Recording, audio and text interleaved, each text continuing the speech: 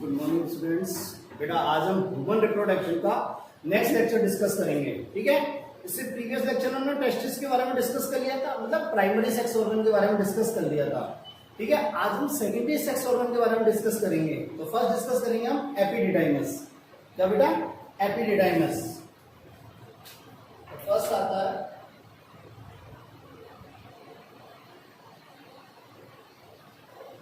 देखो बेटा, ये हमारा टेस्टिस है और इस टेस्टिस के पोस्टीरियर लोब से या पोस्टीरियर चेंबर से 15 to 20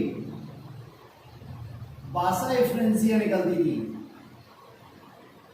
क्या बेटा? बासा एफ्रेंसिया। और ये बासा एफ्रेंसिया एक 6 मीटर लॉन्ग कॉमा से एंड सुपर कॉइल स्ट्रक्चर में ओपन होती हैं। ये वासा एफ्रेंसिया क्या 6 मीटर लॉन्ग और कॉमा शेप और सुपर कॉइल स्ट्रक्चर में ओपन होती हैं। उस स्ट्रक्चर को क्या बोलते हैं? एपिडिडाइमस। क्या बोलते हैं बेटा? एपिडिडाइमस। मेरी बात क्लियर है? देखो, ये एपिडिडाइमस जो होता है ये कहां पाया जाता है? ये जो टेस्टिस होता है उसकी पोस्टीरियर सरफेस पे प्रेजेंट होता है। कौन पर? Posterior surface of testis. कहां प्रेजेंट होता है बेटा? इस पोस्टीरियर सरफेस पर प्रेजेंट होता है। बात क्लियर है? ठीक है, देखो एपिडिडाइमस के 3 पार्ट होते हैं, 3 पार्ट्स होते हैं। कौन कौन से होते हैं? देखो, जो इस डायग्राम को मैं थोड़ा क्लियर करता हूं।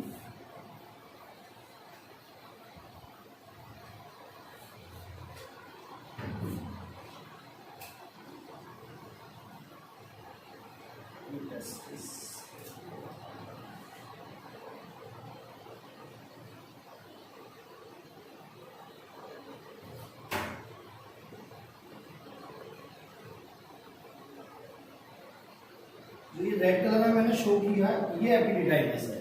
ठीक है, तो इस एपिडिडाइमस के 3 पार्ट्स होते हैं। अपर पार्ट ये इसको बोलते हैं कैपट। कैपट एपिडिडाइमस। क्या बेटा? कैपट एपिडिडाइमस। इसे बोलते हैं कार्पस। Corpus epididymis. और इसे बोलते हैं कोडा। क्या बेटा? कोडा एपिडिडाइमस। तो इसके कितने पार्ट हो गए? 3। कैपस, कैपट। देखो, ये क्या है? अपर पार्ट है। एपिडर्मिस का क्या है? अपर पार्ट है। ये इन तीनों पार्ट में से सबसे ज्यादा वाइड होता है और कॉइल्ड होता है। ये क्या है? वाइडेस्ट पार्ट है एंड कॉइल्ड है, सुपर कॉइल्ड है, हाईली कॉइल्ड है।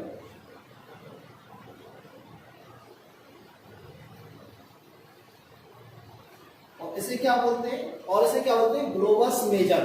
क्या बोलते हैं बेटा? Globus major. ठीक है, ये कैपट।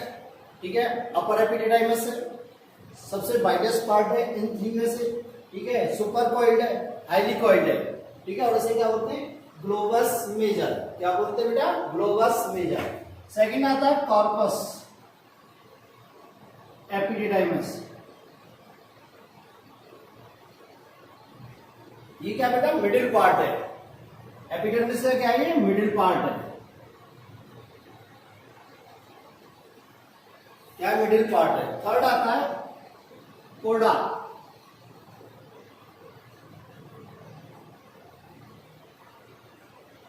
देखो बेटा, ये जो कोडा एपिडिडाइमस है ये सबसे क्या होता है? जैसे ये वाइड है तो ये नैरो पार्ट होता है। क्या होता है? नैरो पार्ट होता है। और इन तीनों में से ये सबसे लो कॉइल्ड होता है। इसमें जो कॉइलिंग होती है ट्यूब्स की वो सबसे कम होती है। ठीक है, लीस्ट कॉइल्ड होता है। तो ये क्या होता है? Lower part. क्या बेटा? ये लोअर पार्ट है। ठीक है, नैरो है और लीस्ट कॉइल्ड पार्ट है। और इसे क्या बोलते हैं बेटा? जैसे इसको बोलते हैं ग्लोबस मेजर, तो इसे क्या बोलते हैं? Globus minor. क्या बोलते हैं बेटा? Globus minor. क्या बोलते हैं बेटा? Globus minor. अब देखो ये कोडा एपिडिडाइमस जो होता है ना, ये कोडा एपिडिडाइमस, ये क्या होता है? एक मस्कुलर ट्यूब में ओपन होता है।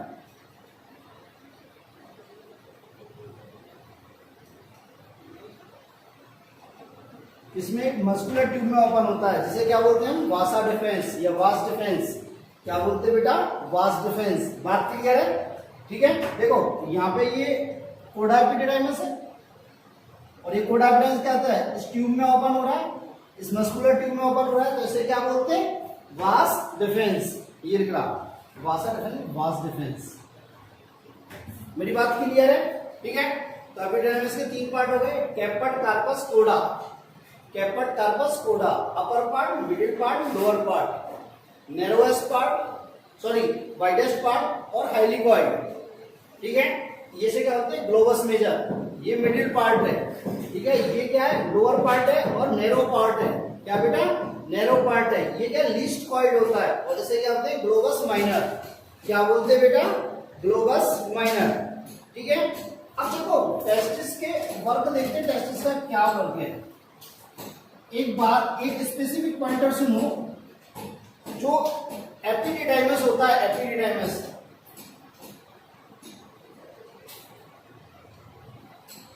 इसकी इनर वॉल पर, एपिडिडाइमस की इनर वॉल पर, इनर सरफेस पर क्या पाए जाते हैं? स्टीरियोसीलिया। क्या पाए जाते हैं बेटा? स्टीरियोसीलिया। ये स्टीरियोसीलिया क्या होते हैं? हार्ड होते हैं। क्या होते हैं? हार्ड होते हैं। और कैसे होते हैं? ग्लैंडुलर। ये क्या होते हैं? Hard and glandular. हार्ड होते हैं, ग्लैंडुलर होते हैं। और इनका वर्क क्या होता है? ये सरफेस एरिया को इंक्रीज करते हैं। क्या बेटा? ये सरफेस एरिया को इंक्रीज करते हैं। ठीक है। ये स्टीरियोसीलिया एपिडिडाइमस के साथ साथ वास डिफेंस में भी प्रेजेंट होते हैं। इसमें प्रेजेंट होते हैं वास डिफेंस में। ठीक है। तो क्वेश्चन यदि आता है कि ह्यूमन रिप्रोडक्टिव सिस्टम के किन किन पार्ट्स के अंदर स्टीरियोसीलिया प्रेजेंट होते हैं, तो आप क्या आंसर दोगे? एपिडिडाइमस और वास डिफेंस। ठीक है। जबकि वासा एफरेंसिया में क्या बेटा? वासा एफरेंसिया में क्या होते हैं? सीलिया। वासा एफरेंसिया में क्या प्रेजेंट होते हैं? सीलिया।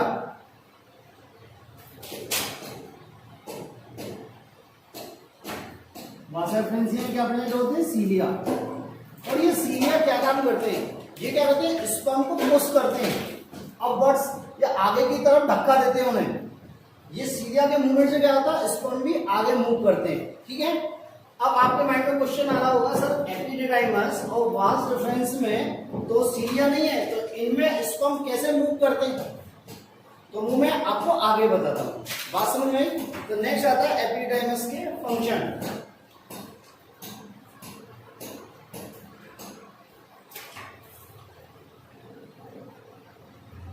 देखो सबसे मेन फंक्शन क्या होता है एपिडिडाइमस का?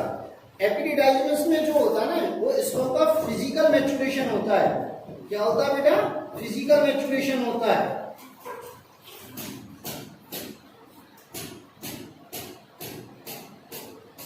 फंक्शन ऑफ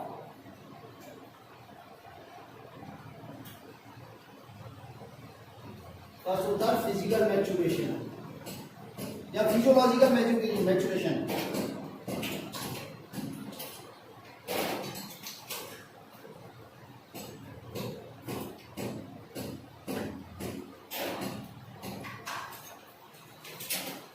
क्या बेटा?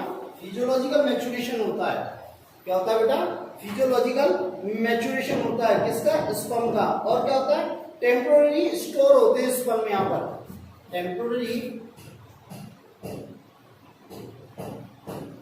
स्टोर होते हैं स्पर्म। कितने के लिए?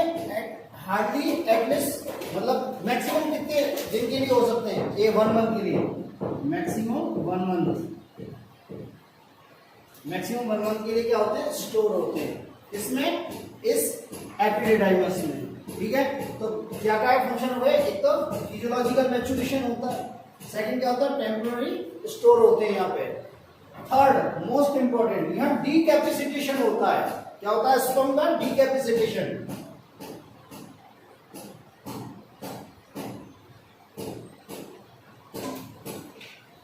देखो बेटा डीकैपेसिटेशन क्या होता है,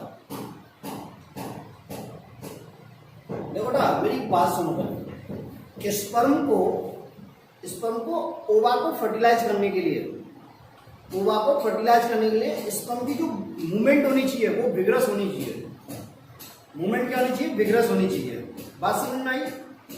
अब वो क्या होता है जब स्पर्म बनता है, जब स्पर्म का फॉर्मेशन होता है तभी से उसकी मूवमेंट बहुत ज्यादा विग्रस होती है, हाई मूवमेंट होती है उसकी, बहुत ज्यादा हाईली मोबाइल होता है। ठीक है, अब देखो यदि ये मेल रिप्रोडक्टिव ऑर्गन में, मतलब मेल में ही यदि ये हाईली एक्टिव रहा तो ये एनर्जी लॉस कर देगा।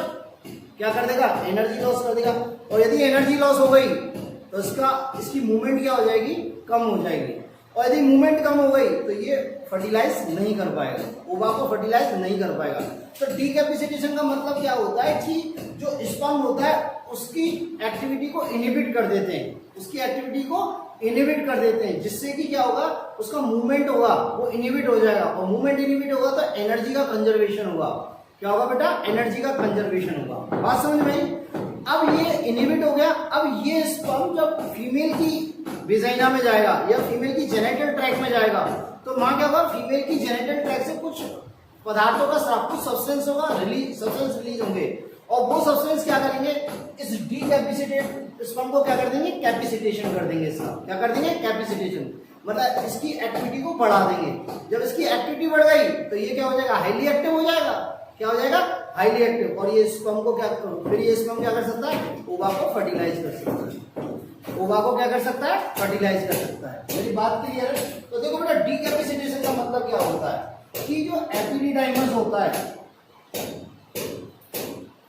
वो क्या करता है, इनहिबिटरी प्रोटीन रिलीज करता है।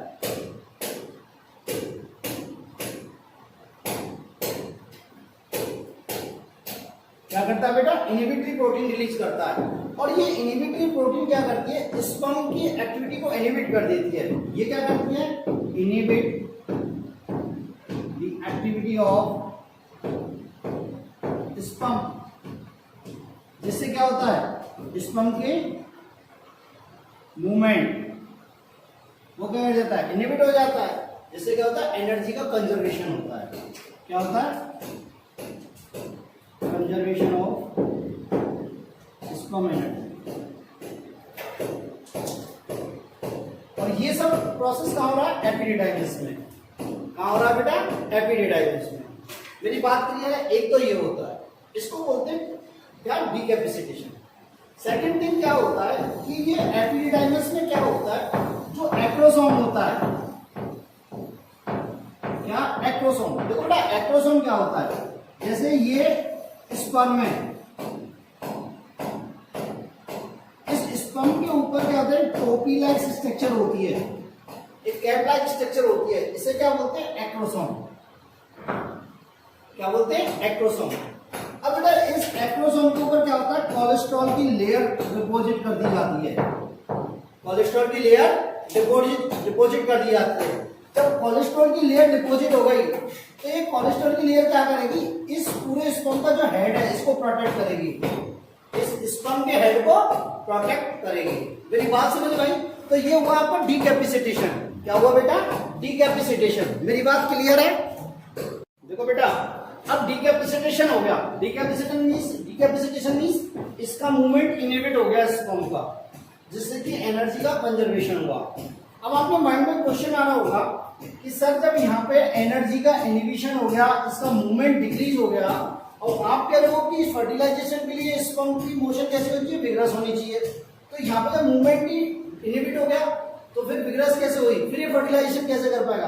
तो बेटा होता क्या, देखो ये इनहिबिटरी प्रोटीन है ना, इनहिबिटरी प्रोटीन जो यहाँ पे इसने यहाँ पे स्पर्म के ऊपर डिपॉजिट हुई है एपिडिडाइमिस में, और क्या कोलेस्ट्रॉल डिपॉजिट हुआ है एक्रोसोम के ऊपर। ठीक है, तो ये इनहिबिटरी प्रोटीन और कोलेस्ट्रॉल ये क्या कर दिए जाते हैं, जब ये सीमन फीमेल की जेनेटिक ट्रैक में जाएगा। जब सीमन फीमेल की जेनेटिक ट्रैक में जाएगा तो जेनेटिक ट्रैक में क्या होगा, ये इनहिबिटरी प्रोटीन और ये कोलेस्ट्रॉल क्या कर देंगे, रिमूव कर दिए जाएंगे। यहाँ से कर दिए जाएंगे, स्पर्म से रिमूव कर दिए जाएंगे। जब स्पर्म से रिमूव हो जाएंगे तो स्पर्म का क्या होता है, वेट भी रिड्यूस हो जाएगा और ये हाइपर एक्टिव हो जाएगा। क्या हो जाएगा, हाइपर एक्टिव, मतलब इसका विग्रस मूवमेंट आ जाएगा इसमें। और इस रिमूवल को, इनहिबिटरी प्रोटीन के रिमूवल और कोलेस्ट्रॉल के रिमूवल को क्या बोलते हैं, कैपेसिटेशन। क्या बोलते हैं, कैपेसिटेशन। तो कैपेसिटेशन कहाँ होगा, फीमेल की जेनेटल ट्रैक में। कहाँ होगा, फीमेल की जेनेटल ट्रैक में। कैपेसिटेशन कहाँ होता है, फीमेल की जेनेटल ट्रैक। बात क्लियर है, ठीक है। तो कैपेसिटेशन हो गया फीमेल की जेनेटल ट्रैक में और डीकैपेसिटेशन कहाँ हो गया, एपिडिडाइमिस में। बात क्लियर है।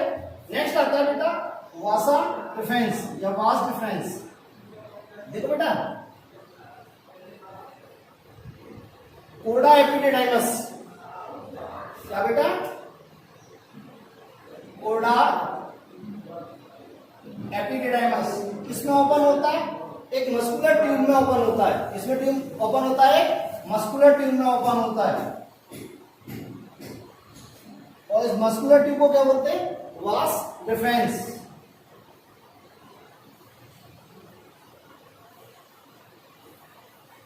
क्या बोलते हैं बेटा, वास डिफरेंस, ठीक है। अब देखो बेटा, ये वास डिफरेंस देखो बेटा, यहां से वास डिफरेंस है।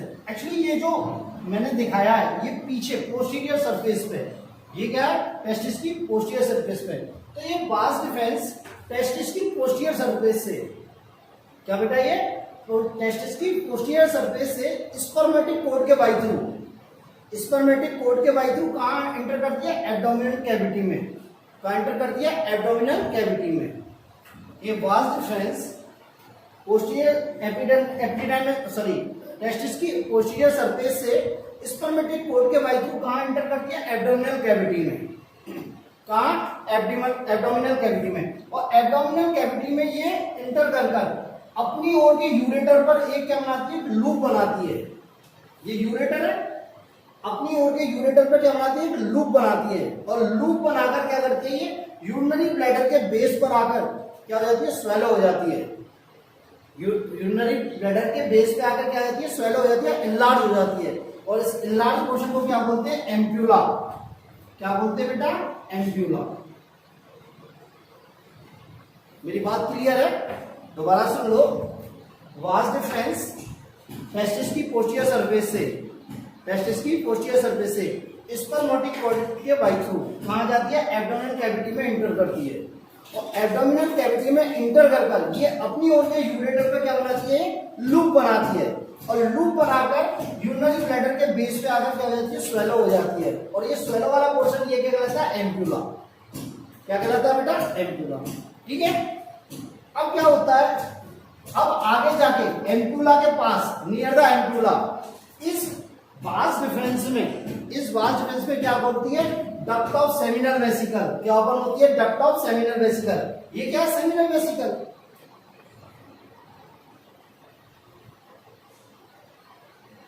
क्या बेटा, सेमिनल वेसिकल। यहां पे ये स्वेलो हो गई, एम्पूला हो गया। अब जैसे ही नीचे मूव कर रही है, तो जैसे ही नीचे मूव कर रही है तो क्या करेगी, इसमें कौन ओपन हो रही है, duct of seminal vesicle. Duct of seminal vesicle. अब क्या हो गई, अब ये डक्ट हो गई, इसमें क्या कहता है, कौन कौन सा सीक्रेशन आ रहा है, स्पर्म भी आ रहा है और क्या हो रहा है, सीक्रेशन ऑफ सेमिनल वेसिकल है। यहाँ पे इस डक्ट में क्या क्या है, यहां से तो क्या आ रहा है, स्पर्म आ रहा, ठीक है। और यहां से क्या आ रहा है, सीक्रेशन ऑफ सेमिनल वेसिकल, ठीक है। तो अब जो ये दोनों मिलकर जो डक्ट बना रही है, वास डिफरेंस और डक्ट ऑफ सेमिनल वेसिकल जो डक्ट बना रही है, उसे क्या बोलते हैं, इजैकुलेटरी डक्ट। क्या बोलते हैं बेटा इसे, इजैकुलेटरी डक्ट। और इजैकुलेटरी डक्ट में क्या क्या है, सीमन है एंड क्या है, secretion of seminal vesicle.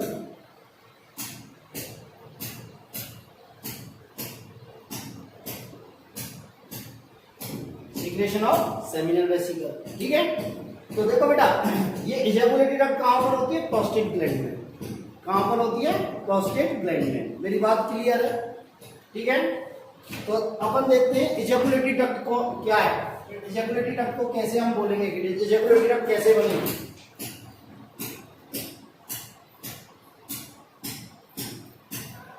Ejaculatory duct किसकी कॉम्बिनेशन बनी? वास डिफरेंस प्लस क्या? Duct of seminal vesicle. Duct of seminal vesicle. तो ये क्या फॉर्म हुआ? Ejaculatory duct. तो अब इजैकुलेटरी डक्ट में क्या हुआ? वास डिफरेंस से क्या है? वास डिफरेंस में क्या है? स्पर्म में, और इसमें क्या है? Secretion of seminal vesicle. बात मेरी क्लियर है? ठीक है, क्वेश्चन पूछा जाता है कि सेमिनल वेसिकल में क्या प्रेजेंट होता है। सेमिनल वेसिकल में क्या प्रेजेंट होता है? तो सेमिनल वेसिकल में क्या प्रेजेंट होता है वो तो मैं आपको बताऊंगा। एक क्वेश्चन ये भी पूछा जाता है कि इजैकुलेटरी डक्ट में क्या फ्लो होता है। इजैकुलेटरी डक्ट में क्या फ्लो होता है? तो क्या क्या फ्लो होते हैं? सीमन और क्या? Secretion of seminal vesicle. Secretion of seminal vesicle. बात मेरी क्या समझ में आई? ठीक है, नेक्स्ट देखते हैं। अब क्वेश्चन वही आता है कि भाई यहाँ इसकी जो इनर वॉल है उस पे क्या? स्टीरियोसीलियम। अब यहां से स्पर्म और यहां तक स्पर्म कैसे मूवमेंट करेंगे? अपवर्ड कैसे मूवमेंट करेंगे? तो देखो हम इसकी हिस्टोलॉजी पे जाते हैं। क्या जाते हैं? हिस्टोलॉजी। तो नेक्स्ट आती है histology of vas deferens.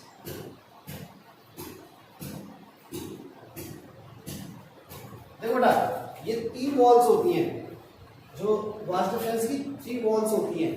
Outer wall, outer layer, ये क्या होती है? कनेक्टिव टिश्यू की बनी होती है।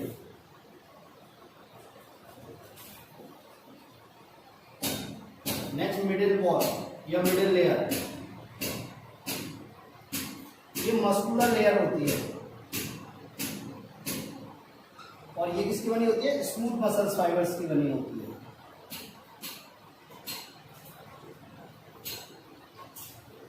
किसकी बनी होती है? स्मूथ मसल्स फाइबर्स की। ये मस्कुलर लेयर होती है ना, इसमें जो मसल फाइबर्स होते हैं वो 3 लेयर्स की फॉर्म में होते हैं। देखो, जो आउटर लेयर और इनर लेयर होती है वो क्या होती है? लॉन्गिट्यूडाइनल मसल फाइबर की बनी होती है। इसकी लॉन्गिट्यूडाइनल मसल फाइबर्स की, ये भी।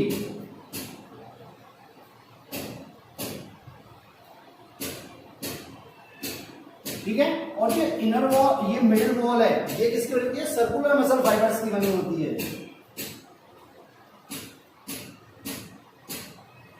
क्या बनी होती है बेटा? सर्कुलर मसल फाइबर्स की। मेरी बात समझ में आई? थर्ड आती है inner wall.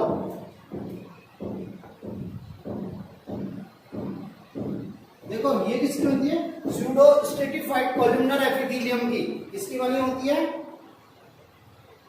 Pseudo stratified columnar epithelium, या कॉलमनर ग्लैंडुलर एपिथेलियम बोलो, ज्यादा बेटर है। Columnar glandular epithelium. बात क्लियर है? देखो, ये जो pseudo stratified columnar glandular epithelium है, ये क्या करती हैं? कुछ लिक्विड, कुछ फ्लूइड का स्राव करती हैं, कुछ फ्लूइड सीक्रेट करती हैं। क्या होते हैं? कुछ फ्लूइड का सीक्रेशन करती हैं। और ये फ्लूइड क्या होता है? ये फ्लूइड लुब्रिकेशन का वर्क करता है। किसका? लुब्रिकेशन का वर्क करता है, जिससे क्या होता है? ये जो पाथ है ना, ये क्या हो जाता है? स्मूथ हो जाता है, जिससे कि स्पर्म आराम से अपवर्ड मूवमेंट कर सकते हैं। दूसरी बात, ये जो फ्लूइड होता है इसकी नेचर कैसी होती है? Alkaline nature. क्या होती है? Alkaline nature. तो और क्या प्रोवाइड करता है? ये एल्कलाइन मीडियम प्रोवाइड करता है।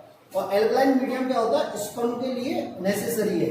एसिडिक मीडियम में स्पर्म क्या होता है? या तो इनएक्टिव हो जाता है या किल हो जाता है। बात क्लियर है? तो ये सीक्रेशन क्या किसका वर्क करता है? लुब्रिकेंट का, लुब्रिकेशन करता है। ठीक है, और क्या प्रोवाइड करता है? Alkaline medium. अब देखो, ये जो मिडिल लेयर है, कॉन्ट्रैक्शन होते हैं। क्या होते हैं? कॉन्ट्रैक्शन। Like peristaltic movement.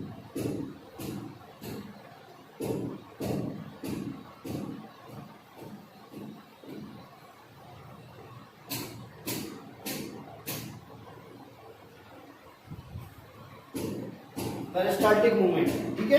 अब जब पेरिस्टाल्टिक मूवमेंट जो होता है तो ये क्या होता है? जब पेरिस्टाल्टिक होता है तो स्पर्म क्या होते हैं? ऊपर अपवर्ड मूवमेंट करते हैं। स्पर्म क्या करते हैं? अपवर्ड मूवमेंट करते हैं। इस मूवमेंट को क्या बोलते हैं? पल्सेशन। इस पूरा पल्सेशन होता रहता है।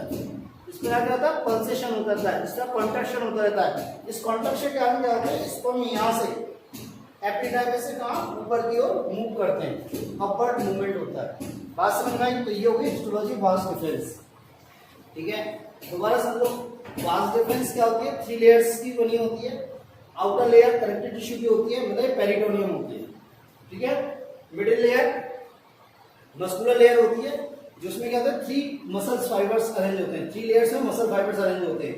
आउटर और इनर जो लेयर होती है वो क्या होती है? लॉन्गिट्यूडाइनल मसल फाइबर्स की बनी होती है, और जो इनर होती है वो सर्कुलर मसल फाइबर्स की बनी होती है। और क्या होता है? इस स्मूथ मसल्स में क्या होता है? कॉन्ट्रैक्शन होते हैं। कॉन्ट्रैक्शन मींस एक तरह से पेरिस्टाल्टिक मूवमेंट, पल्सेशन होता रहता है। क्या होता है? पल्सेशन होता है। उस पल्सेशन के कारण क्या होते हैं? स्पर्म ऊपर की ओर मूवमेंट करते हैं, ठीक है। नेक्स्ट, ये इनर वॉल होती है, pseudo stratified columnar glandular epithelium की बनी होती है। Pseudo stratified columnar glandular epithelium की बनी होती है। और इसमें क्या पाया जाता है? स्टीरियोसीलिया। और क्या पाया जाता है बेटा इसमें? स्टीरियोसीलिया, ठीक है। और ये क्या करती है? फ्लूइड का सीक्रेशन करती है, जो किसका काम करता है? लुब्रिकेशन का काम करता है। और क्या करता है? एल्कलाइन मीडियम प्रोवाइड करता है। क्या करता है बेटा? एल्कलाइन मीडियम प्रोवाइड करता है। मेरी बात क्लियर है? नेक्स्ट देखो बेटा, देखो एक क्वेश्चन आता है कि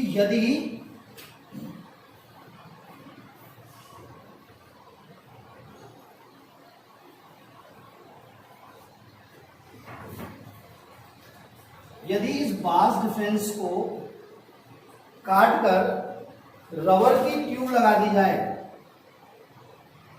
क्या लगाई जाए? रबर की ट्यूब लगा दी जाए। सुनो, इस वास डिफेंस को यहां से कट कर एक रबर की ट्यूब ऐड कर दी जाए तो फर्टिलाइजेशन पे क्या इफेक्ट होगा? देखो बेटा, क्या होगा? यहां पल्सेशन हो रहा है, मतलब यहां कॉन्ट्रैक्शन हो रहा है और यहां कॉन्ट्रैक्शन हो रहा है। ये क्या है? रबर की बॉल है, तो इसमें कॉन्ट्रैक्शन नहीं होगा। जब इसमें कॉन्ट्रैक्शन नहीं होगा तो ये स्पर्म क्या होंगे? अपवर्ड मूवमेंट होंगे क्या? नहीं होगा। यहां तक होगा पर यहां से नहीं होगा। बात मेरी समझ में आई? यहां पल्सेशन हो रहा है, पेरिस्टाल्टिक मूवमेंट हो रहा है एक तरह से, यहां भी पेरिस्टाल्टिक मूवमेंट हो रहा है, पर इसमें पेरिस्टाल्टिक या पल्सेशन नहीं हो रहा, क्योंकि ये रबर है। ये क्या है? रबर है। तो रबर में जब पेरिस्टाल्टिक मूवमेंट नहीं हो रहा है तो क्या होगा? स्पर्म ऊपर की तरफ मूव करेंगे क्या? नहीं करेंगे, ऊपर की तरफ मूव नहीं करेंगे, इसलिए फर्टिलाइजेशन नहीं होगा। फर्टिलाइजेशन नहीं होगा। नेक्स्ट थिंग देखो बेटा, यदि वास डिफरेंस को काट दिया जाए और कट कर इसे टाई कर दिया जाए या इसमें लूप लगा दिया जाए तो इसे क्या बोलते हैं बेटा? वेसेक्टोमी। क्या बोलते हैं? वेसेक्टोमी। तो देखो, यदि इस प्रकार इसको कट करके और इस प्रकार इसको मोड़ के बांध दिया जाए,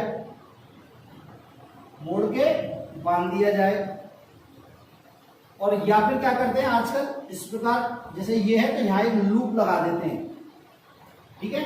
तो इस प्रोसेस को क्या बोलते हैं? वेसेक्टोमी। इधर भी की जाती है, इधर दोनों वास डिफेंस में, वो दोनों वास डिफेंस में की जाती है, तो इसे क्या बोलेंगे? वेसेक्टोमी। क्या बोलेंगे बेटा? वेसेक्टोमी। अब यदि वेसेक्टोमी कर दी गई है, वेसेक्टोमी हो गई है, ठीक है, तो क्या होगा? स्पर्म का प्रोडक्शन होगा या नहीं होगा? स्पर्म का प्रोडक्शन होगा। देखो वेसेक्टोमी, आफ्टर वेसेक्टोमी क्या होगा?